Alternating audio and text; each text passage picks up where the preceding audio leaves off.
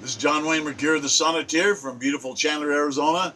And I'm talking to you today about, I've been reading in the paper about all these problems they're having with people overdosing and people dying and old people wanting to die. And this sonnet is number 1080. And the name of this sonnet is Only Fools Want to Die. They don't really want to die. Maybe they're lonely and a lot of other reasons. Maybe that's it. But hey, life is too precious. The great Greek writer Euripides said about 2,500 years ago. It's a weighty truth that old men's prayers for death, they're just lies. They really don't want to die. Lying prayers, foolish prayers. We do what we do not know. We don't even know what we're doing. We're thinking not. We know not what we do. Ignoring wisdom's cries. It's like Jesus has said, you don't know what you're doing. They know not what they do. When actual death draws near, not one human being is willing to then die. They don't want to die when it's right in front of them. Then we should realize we have taken our own lives in vain. We haven't appreciated our lives. Terrible pressures that we face.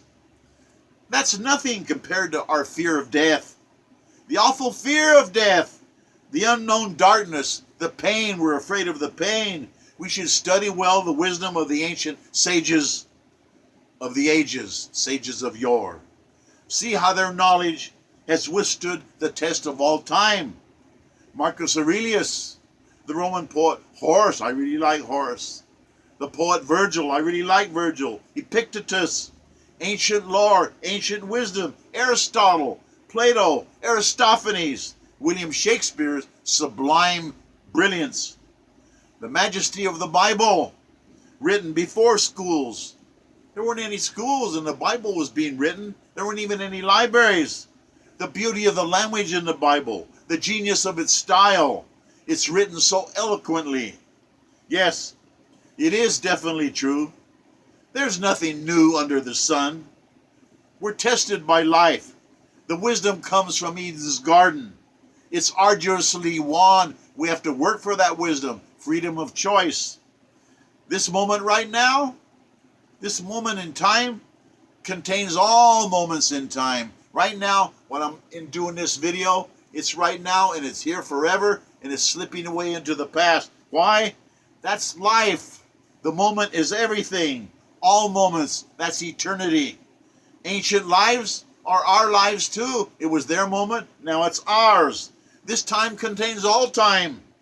Their lives, their hours, are now our hours, our time.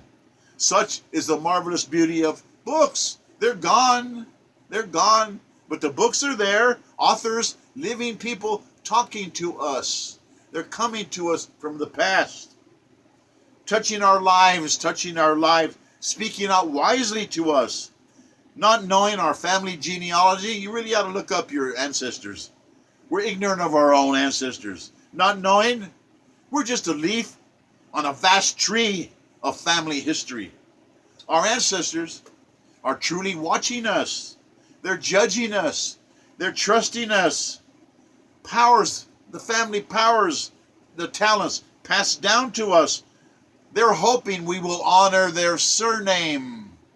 The surname, somebody, they should write it as beautifully as they can so you can read every letter. That's one of my pet peeves is people, their signatures are terrible. That's what you think of your ancestors? Your ancestors are watching you and you don't honor their surname. You can't do that. Well, Charles de Gaulle wrote this, and I'm giving him credit. I was thinking I better not mention him because he's so grouchy. Charles de Gaulle was really grouchy.